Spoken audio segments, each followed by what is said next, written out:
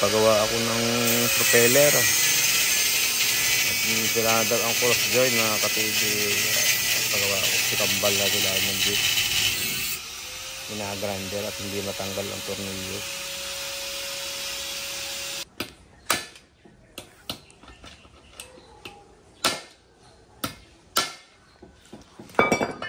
Ngayon magkakaigip pa ang ano niya, cross joint na yan.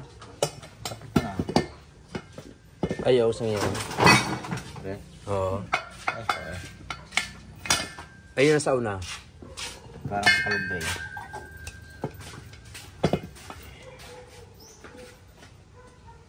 Hindi ang gawin na lang, ano. Yung buno yun. Pero i-quad din ako. Ha? Para isa na lang ang willing cross joint. Kung makakaigi pa yan, hindi bawa kunin mo yung piston o bearing. Ilipat dyan. Ano. Para isa na lang ang bilhin.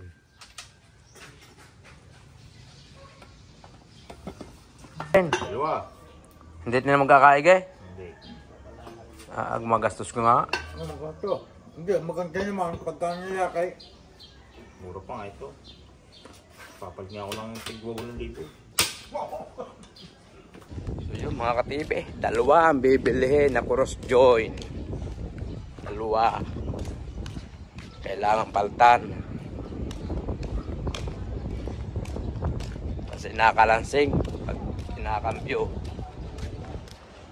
Gastos na naman mga katibi. So yun mga katibi, nakabili na ako ng cross joint, no? Dalawa.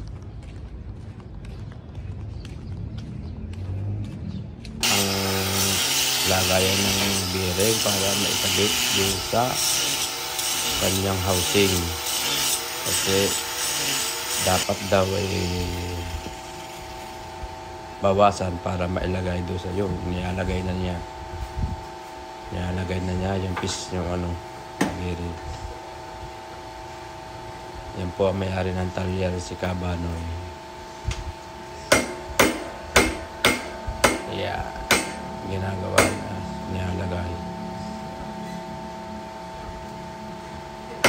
Hugot ulit, siguro may naipit na bearing kaya hindi mailagay. Yung tinatanggal niya, binabalik niya ulit. Yun.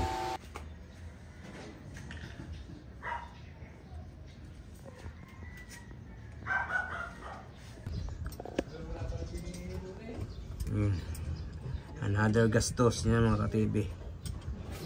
Propeller, dalawa, pinalitan ng cross joint.